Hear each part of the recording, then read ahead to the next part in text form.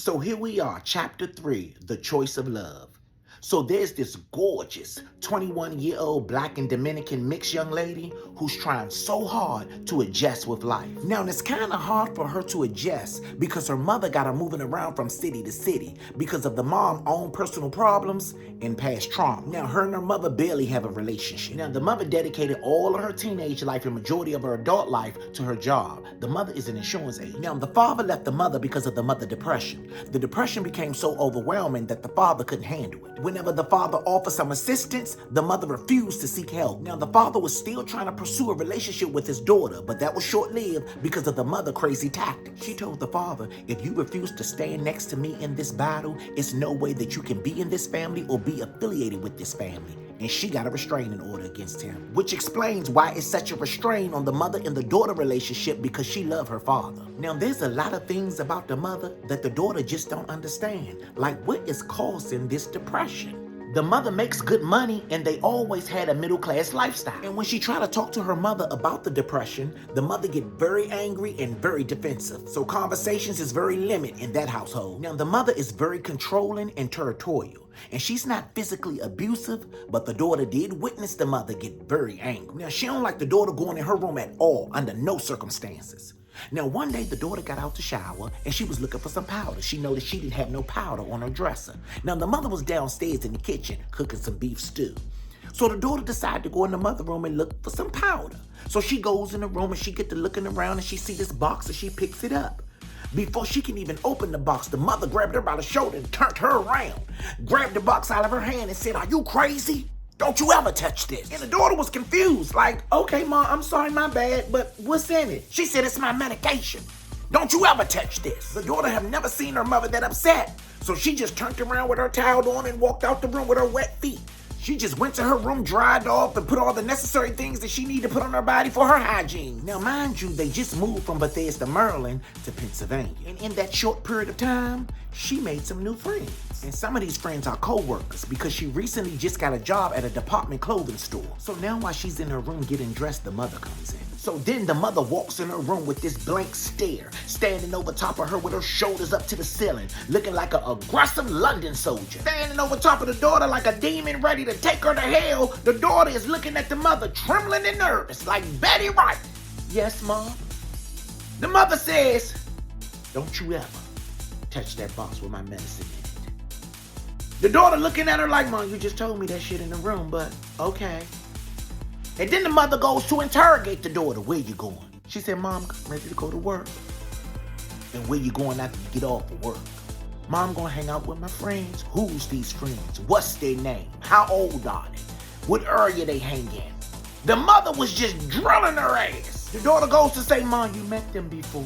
So the mother said, "Yeah, I might met them before, but I'm talking about anybody new. I need to know who they are, how old they are, where they from, where they hang at, all that. It's too much shit going on out here. You hear me?" The daughter said, "Yeah, Ma, I understand, but I'm 21. I can handle myself. But as long as you up under my roof," the mother said, "you a little girl. And you my little girl. So you gonna follow my rules." To avoid this going left, the daughter just said, "Okay, Mom, I understand." The mother still standing there like this. After she said she understand, dropped her hands real slow. Okay, eyes still big looking at her. Finally closed her eyes once, opened them, turned around, and walked out the door. Between me and you, bitch, I couldn't live like that. Bitch, I would have been ran away. But the daughter just grabbed her bags, left out the room, went down the hallway, and out the door of their 2-bedroom apartment because she liked to avoid conflict. That's her mother, but she ain't nothing like her. So now the daughter is at work, folding clothes on the floor.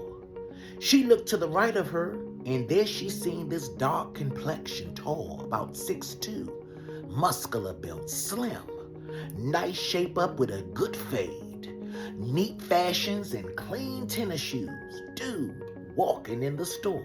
She couldn't take her eyes off him. So as he's going through the store picking up items, he gently glanced at her. She looked away because she didn't want him to catch her looking at him. So she ain't looking at him, but she can still feel that somebody's walking towards her. So her knowing he's walking over there towards her, she gets nervous, breathing real hard like an impatient, greedy, sick man. So she finally gets herself together and she heard the sweetest sound to her ears. "Excuse me, miss." She turned around while batting her eyes, slightly grinning. "Yes, how can I help you?" His next reply turned that small grin into a beautiful big smile. He said, "Wow, you're gorgeous." She replied, "Thank you." He said, "I came over here for some assistance, but now I just want to know your name." She said, "My name is Denim, but my friends call me D." He said, "Nice to meet you, Denim. I'm Kenny, but my friends call me Ken." Now, about 25 minutes away, Lachelle. She's in the house on the phone talking to her good friend, Stacy. Stacy on the phone, and she asks Lachelle, "Girl, how you been holding up since you relocated and you moved down there to Pennsylvania?" Lachelle replied, "Stacy, I just feel bad. I just feel like some shit. And then our relationship, it ain't even going well. Like, I ain't really into him, and girl, I think he's cheating." And Stacy replied to Lachelle, "Well, you should feel like some shit. You done lied to that man and had that man thinking that was his son and taking that man money. Now that man dead. It's just too much, Lachelle." She said, "Stacy, I made a mistake. Can we move on?" Stacy said, "I'm just saying." Stacy continued by saying, "I'm just saying. How you expect shit to go right for you, bitch, okay, when you done did that man so wrong, bitch, okay? You know karma is real." Lachelle like, "Stacy, please. That was over 15 years ago. Lil Andre is now 22 years old. You gotta let it go." Stacy says, "I let it go, girl. I'm just telling you who's holding on to you. That bitch karma." So Lachelle hold the phone, weak arms, in such a small, defeated voice, she replies, "I know, Stacy." Stacy can hear the hurt in her throat. So Stacy says, "Girl, it's okay. That was years ago. I don't even think the family upset with you or anything because you know your mother went to the funeral." She said, but what? Cause I don't give a fuck, mother or grandmother, bitch, okay? If what went down, happened to my brother, your mother would have got her ass beat from my family at the funeral. So girl, they forgive you and all that stuff. It's just, it was years ago, Stacy. It was years ago. Okay, well, we ain't gotta talk about this no more. You're right, Stacy. Hold on, let me call you back. I hear Kenny coming up the stairs. Click. Kenny comes through the door happy with bags of food. Give it to Lachelle. "Hey, baby, I bought you something to eat. How was your day?" Lachelle replied, "It was good, Kenny. But how was your day?" He said, "Well, you know me. I'm just out here trying to get a job. I kind of like this town, baby." She was like, "Well, I'm glad you do. Because that's hard for me to adjust here, Kenny. I left my job. They can't relocate me here because my company's not stationed here, Kenny. So I got to find me a job. The money that we had is slowly withering away. How long you think that's going to last, Kenny? We had to use a whole bunch of the money just to relocate here, furnish the house." He said, "Baby, I know, but this is the process of starting over. I'm trying to get a job. I already got a part-time." Lachelle said, "But that ain't enough." Then Kenny goes to say, "And my son got a job." She said, "And that's a part-time too, and that ain't enough." Kenny said, "But baby, we trying." Lachelle said, "But trying ain't paying the bills." Kenny, what you really out here doing? Are you really looking for a job?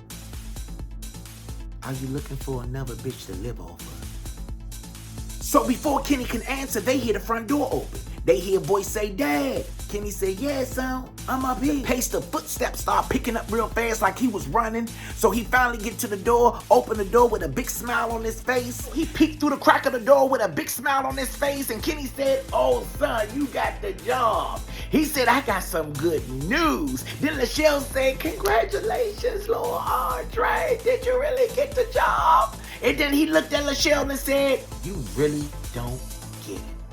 You still don't get it." And walked out the room and slammed the door behind him. Lachelle looked at Kenny confused. Kenny hopped up, running down the hallway. Son. Finally caught up with Andre in his room. He said, "Son." Lil Andre said, "You know what, Dad?" Kenny said, "Calm down, son. Get yourself together and tell me in part 2.